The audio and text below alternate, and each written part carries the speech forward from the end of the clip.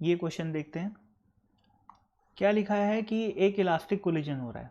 Elastic collision का क्या मतलब होता है कि जो कोफिशिएंट ऑफ रेस्टिट्यूशन है वो है 1, ठीक है, यानी कि वेलोसिटी ऑफ सेपरेशन और वेलोसिटी ऑफ अप्रोच बराबर है, ठीक है।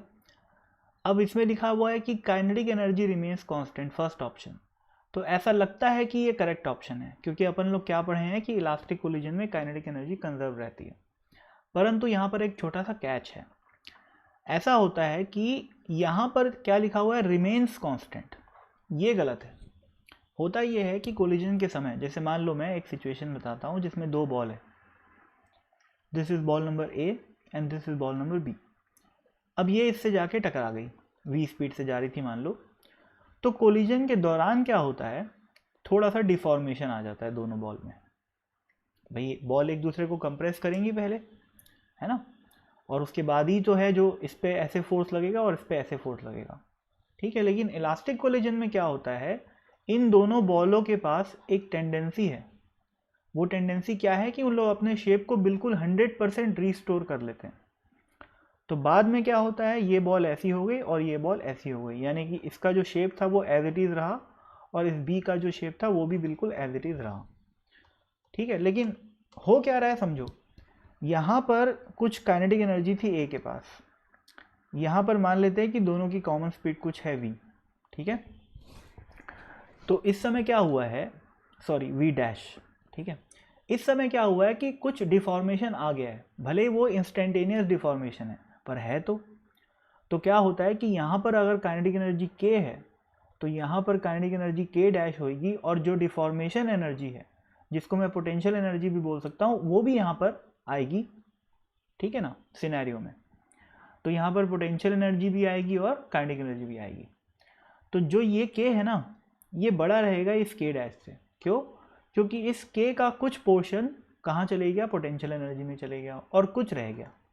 ये बात बिल्कुल सही है कि k dash plus p dash, यानी कि इस इंस्टेंट पे इस सिस्टम की काइनेटिक प्लस पोटेंशियल का जो कॉम्बिनेशन है वो इनिशियल काइनेटिक एनर्जी के बराबर होगा। लेकिन ये बोलना तो गलत हो गया ना कि काइनेटिक एनर्जी रिमेन्स कांस्टेंट, ये बोलना गलत हो गया।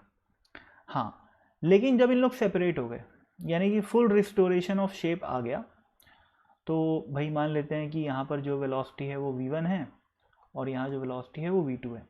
तो इसकी एनर्जी क्या हो जाएगी, हाफ m2v2 स्क्वायर। इसकी एनर्जी क्या हो जाएगी, हाफ m1, जैसे मान लेते हैं ये m1 है और ये m2 है। इसकी काइनेटिक एनर्जी k2 है, इसकी काइनेटिक एनर्जी k1 है। तो अब इन दोनों k1 और k2 का जो सम होगा ना, वो इस इनिशियल काइनेटिक एनर्जी के बराबर होगा। तो ये बोलना बिल्कुल सही है कि जो फाइनल काइनेटिक एनर्जी है, यानी कि ये, वो इनिशियल काइनेटिक एनर्जी के बराबर रहेगी। तो इस हिसाब से सी ऑप्शन करेक्ट होता है, ठीक है ना। लेकिन होता क्या है कोलिजन के समय, इलास्टिक कोलिजन के समय, कि पहले काइनेटिक एनर्जी थोड़ी सी घटती है ना, और पोटेंशियल एनर्जी थोड़ी सी बढ़ती है। फिर क्या होता है, काइनेटिक एनर्जी फिर से वापस बढ़ना स्टार्ट होती है और पोटेंशियल एनर्जी कम होना स्टार्ट होती है। और एक समय ऐसा आता है जब पोटेंशियल एनर्जी बिल्कुल जीरो हो जाती है और काइनेटिक एनर्जी वापस से इनिशियल वैल्यू के बराबर हो जाती है। ऐसा होता है इलास्टिक कोलिजन में, क्योंकि कंप्लीट रिफॉर्मेशन हो जाता है शेप्स का, ठीक है ना। तो कोई भी काइनेटिक एनर्जी का लॉस यहाँ पर नहीं होता। तो ये होता है E इक्वल टू जब 1 हो, यानी कि इलास्टिक कोलिजन है। तो भाई ये बेसिक जानकारी है, इसमें मैं ज़्यादा थ्योरी पढ़ा रहा हूँ। इस क्वेश्चन मतलब जिसको थोड़ी थ्योरी आती है उतना उसको इतनी सारी बातें बताने की ज़रूरत ही नहीं है इनफैक्ट, ठीक है। चलो, तो सी ऑप्शन सही हो गया और ए ऑप्शन जो है वो गलत हो गया। अब लीनियर मोमेंटम तो भैया कांस्टेंट ही रहेगा, चाहे मैं इस इनिशियल पोजीशन की बात करूँ, चाहे मैं इस फाइनल पोजीशन की बात करूँ, या फिर ये जो इंटरमीडिएट पोजीशन है ना, बीच का जो समय है जब डिफॉर्मेशन थोड़ा सा हो चुका है, उस समय की बात करो, हर समय जो मोमेंटम है वो कांस्टेंट ही रहेगा। क्यों कांस्टेंट रहेगा? क्योंकि भैया इस सिस्टम में कोई भी एक्सटर्नल फोर्स नहीं है। ये वाला और ये वाला जो फोर्स है, ठीक है ना, ये वाला और ये वाला, ये फोर्स कैसा है, ये इंटरनल है। इंटरनल फोर्स कभी भी मोमेंटम को चेंज नहीं करते। तो बी ऑप्शन करेक्ट हो गया, सी ऑप्शन करेक्ट हो गया। डी की बात करते हैं, final linear momentum is equal to the initial linear momentum. तो ये बात तो बिल्कुल सही है भाई, जब कहीं पर मोमेंटम चेंज हो ही नहीं रहा है तो यहाँ पर और यहाँ पर हर जगह मोमेंटम कांस्टेंट ही है, तो ये इनिशियल और फाइनल तो ऑब्वियसली बराबर हो ही गए, तो डी जो है वो बिल्कुल सही ऑप्शन है। तो एकमात्र ए ऑप्शन इसका गलत है।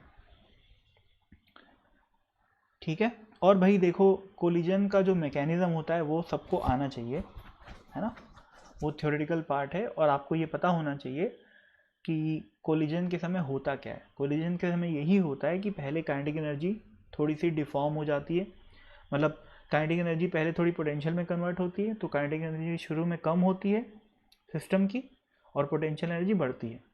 फिर क्या होता है कि वापस से काइनेटिक एनर्जी बढ़ना स्टार्ट होती है और पोटेंशियल एनर्जी घटना स्टार्ट होती है। और अगर कोलिजन इलास्टिक है तो फाइनली पोटेंशियल एनर्जी पूरी की पूरी जीरो हो जाती है और काइनेटिक एनर्जी जो है वो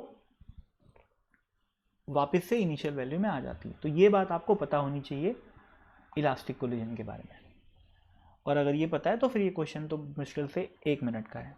ठीक है, चलो भाई, थैंक यू।